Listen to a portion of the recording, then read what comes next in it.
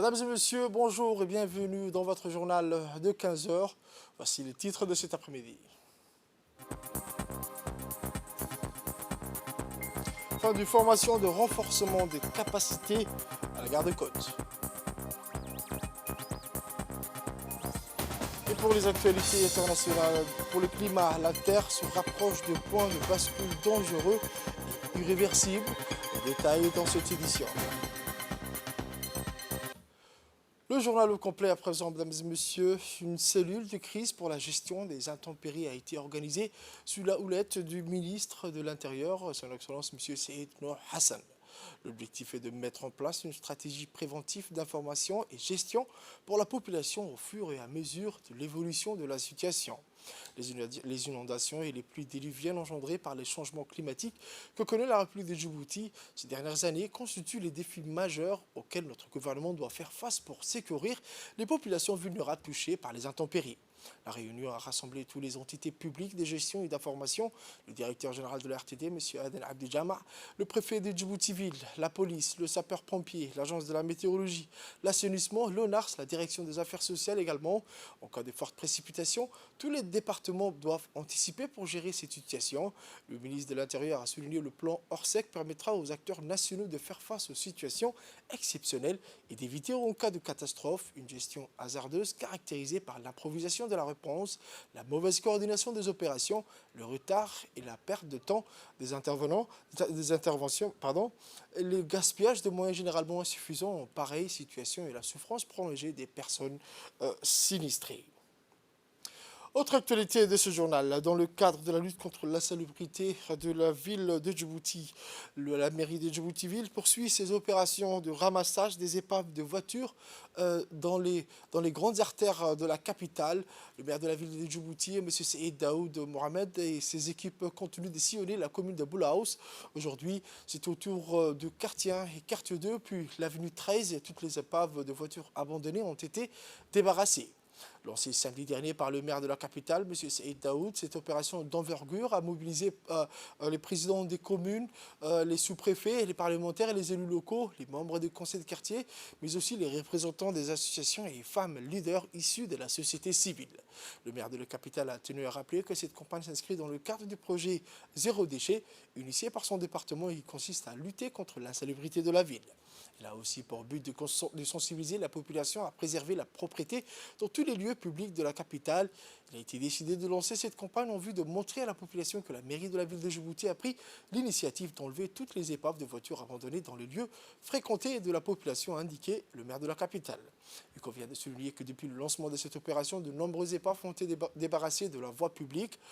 Les différentes équipes mobilisées par la mairie ont débarrassé plus d'une centaine d'épaves de voitures abandonnées dans la commune de Boulaous et dans la commune de Balbala.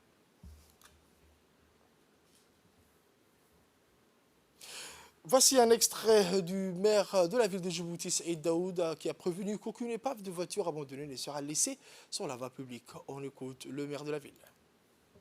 La deuxième semaine, nous avons commencé par le quartier 1 et 2. Nous sommes aujourd'hui dans un lieu historique devant l'école de Hadji Didé et le centre communautaire de Hadji Didé. Nous avons collecté des épaves qui ont fui des artères.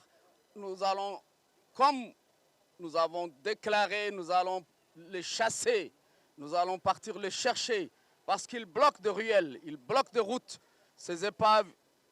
Et un deuxième message, toutes les personnes qui occupent un domaine public, un espace où ils exercent des exercices commerciaux illégaux, sauvages, il faut qu'il se fait légaliser. La ville, elle doit avoir de l'ordre. Ce n'est pas normal que cette ville se comporte comme ça. Ce n'est pas normal. Il faut... Et voilà, aujourd'hui, nous n'allons pas fêter le bonne année. On va nettoyer cette ville, Monsieur le Président. On sera sur le terrain. Voilà, samedi, dimanche, lundi, jusqu'à le 7, et nous allons prolonger jusqu'à que cette ville retrouve ses origines. La propreté, nous avons connu Djibouti propre depuis notre enfance. Et je vous remercie. Pour les actualités à la une de ce journal, je vous disais dans le titre, le centre d'instruction navale de la garde-côte, situé au camp de Doralais, a abrité ce jeudi 29 décembre 2022 une cérémonie clôturant la formation initiale de la promotion 2022 de la garde-côte. Cette cérémonie de clôture de formation a été présidée par le commandant des gardes-côtes, le colonel Waïs Omar Bogoré, et a vu la participation de représentants des forces de défense et de sécurité djiboutiennes, des représentants des forces armées des pays amis stationnés à Djibouti. Ainsi, c'est un effectif de plus de 85 jeunes hommes qui viennent de terminer leur formation initiale. En effet, cette formation qu'ils ont reçue au sein du centre d'instruction navale est la deuxième de ce genre depuis l'inauguration officielle le 3 décembre 2021 du centre par le président de la République, son Excellence El Hadj Ismaël Omar Guelleh. Les stagiaires de la promotion 2022 ont démontré les savoir-faire acquis durant leur formation par des démonstrations des techniques de combat et les démontages d'armes.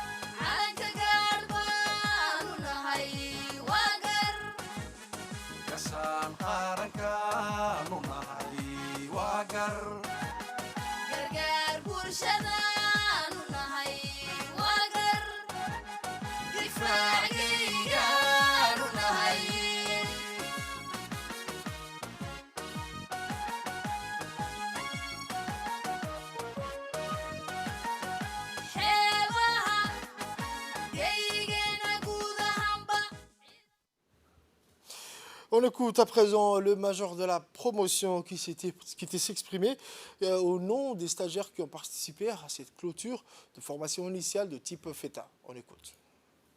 Fierté et avec bonheur que je me présente devant cette honorable assemblée en ce jour spécial pour les stagiaires de la promotion 2022 de la garde-côte que j'ai l'honneur de représenter. Cette occasion particulière qui nous réunit aujourd'hui, c'est là la fin de la formation initiale dite FETA, qui a permis d'acquérir la connaissance nécessaire pour devenir des agents de la force publique à part entière.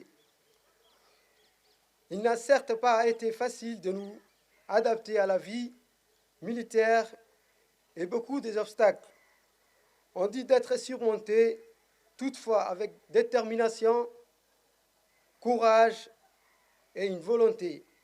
Sans faillir, chaque stagiaire a prouvé et démontré son désir de sacrifice pour répondre aux exigences de la noble voie du service à la nation qu'il a choisie. Je parle au nom de chacun de mes collègues en affirmant solennellement que chacun d'entre nous utilisera à bon escient les connaissances et les aptitudes acquises durant cette formation pour participer pleinement aux missions qui ont été confiées à la garde-côte djiboutienne. Le colonel Waïs Omar Bogoré, commandant de la garde-côte djiboutienne, est revenu dans une allocution prononcée en cette occasion sur l'importance de cette formation. Pour moi, ce matin, vous accueillir aujourd'hui au sein du centre d'instruction navale de la garde-côte djiboutienne pour la cérémonie célébrant la fin de la formation initiale des personnels de la garde-côte djiboutienne dont ont bénéficié les jeunes personnels de l'institution.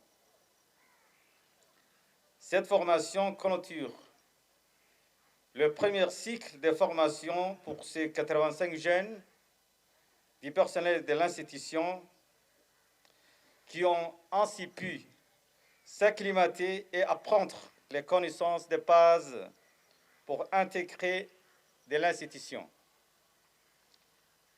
Nous avons récolté les fruits d'un investissement sans relâche que nous avons entrepris afin de renforcer les capacités de formation interne pour notre institution dans cette démarche d'accompagner l'intégration et l'intégration professionnelle des personnels dans les différents services et unités de l'institution de la garde-côte.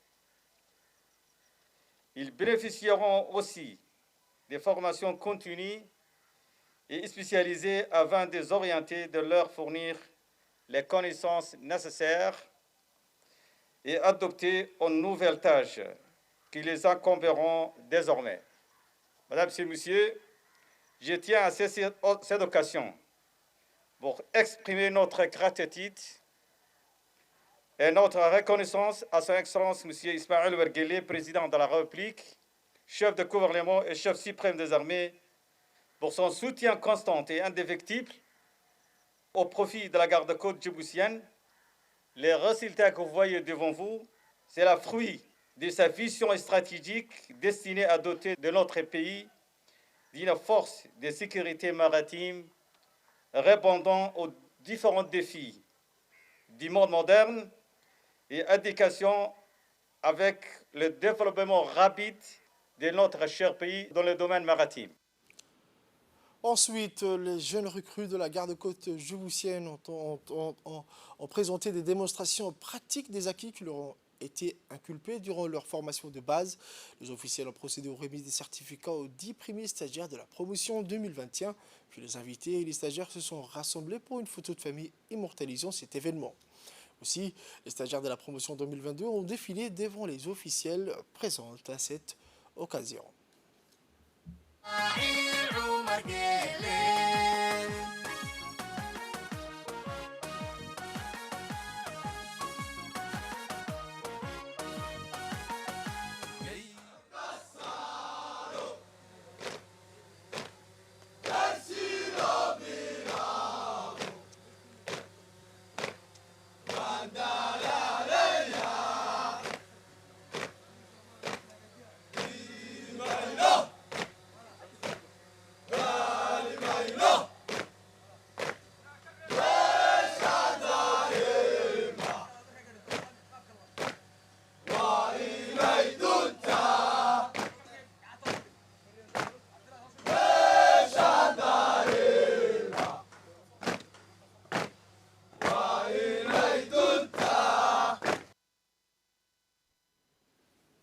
Autre actualité de ce journal, c'est dans le cadre de l'embellissement de la ville que la jeunesse du quartier 3, à sa tête, le président de la jeunesse, Abdou Fattah, ont procédé aujourd'hui des actions communes d'intérêt général au profit de la propriété et l'embellissement de leur quartier.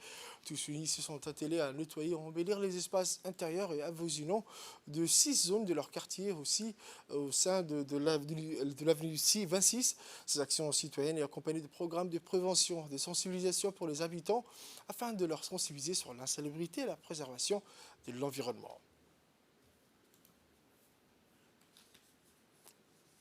Je vous emmène au nord à présent, où la caravane parlementaire qui est à Tadjoura, l'Assemblée nationale poursuit sa tournée dans les régions de l'intérieur à la rencontre de la population. Après Arta, Ali Sebi et Dikil, pour sa 4e étape, la caravane s'est rendue dans la région de Tadjoura. Une réunion de rencontre et de partage s'est tenue dans le village de Dougoum. La caravane était composée de parlementaires et de membres du staff de l'Assemblée nationale. La délégation de la caravane a été accueillie à son arrivée par le vice-président du conseil régional, M. Abdelkader Omar. Au cours de l'échange, les habitants de Dougoum ont mis en avant les spécificités remarquables de leur communauté et le rôle important que jouent les femmes dans l'économie dans la région. À Dougoum, les femmes sont organisées en associations et en coopératives qui sont engagées dans la lutte contre les changements climatiques, la protection de l'environnement et la production des produits bio.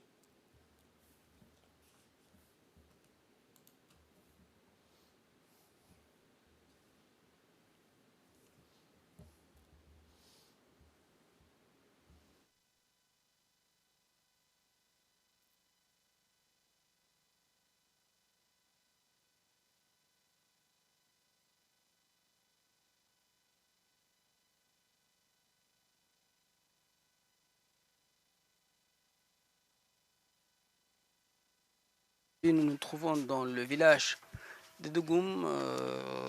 j'ai accompagné la caravane des parlementaires et nous avons pu rencontrer les femmes de la communauté de Dougoum, ces femmes qui s'appellent les abeilles parce que elles ont mis en route beaucoup de projets, à savoir l'artisanat, la fromagerie, entre autres, et beaucoup de choses. Mais l'objectif aujourd'hui de cette caravane, c'était d'abord de rencontrer les femmes et de leur parler un peu de leurs droits et puis de leur représentativité au niveau du gouvernement, de l'État. Donc ces débats, c'est plutôt cet échange entre les parlementaires et la communauté des femmes s'est très très bien passé. Les femmes ont compris et puis elles ont pu passer leurs doléances. Fait divers de cette édition au sud du pays, à Alisabié, c'est dans le cadre de la lutte contre la contrebande. Les membres de la brigade de la douane, en étroite collaboration avec le détachement de la police de la région d'Alisabié, ont intercepté à la frontière de Galilée une importante marchandise de toutes sortes de contrebande en provenance de l'Éthiopie. Ces interceptions de produits illégalement introduits sur le territoire national s'inscrivent dans le cadre des actions de lutte menées contre la contrebande de toutes sortes. La marchandise saisie dernièrement à cette occasion était composée de 40 colis de 4 dont le poids total a été estimé à 3700 kg de 4, des dizaines de cartons de boissons non alcoolisées et autres. Selon la procédure standard en vigueur, cette quantité a été détruite sur place en présence du chef de la brigade de la douane d'Alisabié, M. Mohamed Momen Hassan. Pour les actualités internationales, je vous disais dans le titre, le changement climatique n'est plus un concept abstrait, mais une menace chiffrée et prévisible. L'année 2022 a été marquée par des vagues de chaleur, des sécheresses, des incendies et des inondations sans précédent. Ces extrêmes climatiques ont touché des millions de personnes à travers le monde et ont coûté des milliards d'euros. Les inondations dévastatrices au Pakistan ont déplacé près de 8 millions de personnes. Selon l'Organisation météorologique mondiale, les populations du Sud qui sont les moins responsables du changement climatique sont celles qui en souffrent le plus. La Terre est sur le point de franchir plusieurs points de bascule dangereux aux effets désastreux et souvent irréversibles. Il est peut-être déjà trop tard pour empêcher l'effondrement de la calotte glaciaire de Groenland qui entraînerait sur une longue période une énorme élévation du niveau de mer. Le changement climatique ne détruit pas seulement la nature telle que nous la connaissons, c'est aussi une crise humaine et un facteur clé de la migration. L'Institut for Economics and Peace prévoit que d'ici 2050, il y aura plus d'1 milliard de réfugiés climatiques, une crise silencieuse du monde car les personnes qui fuient en raison de catastrophes climatiques n'obtiennent pas le statut de réfugié. Pour éviter les pires effets de la crise climatique, l'on doit réduire de moitié ses émissions de CO2 d'ici à 2030.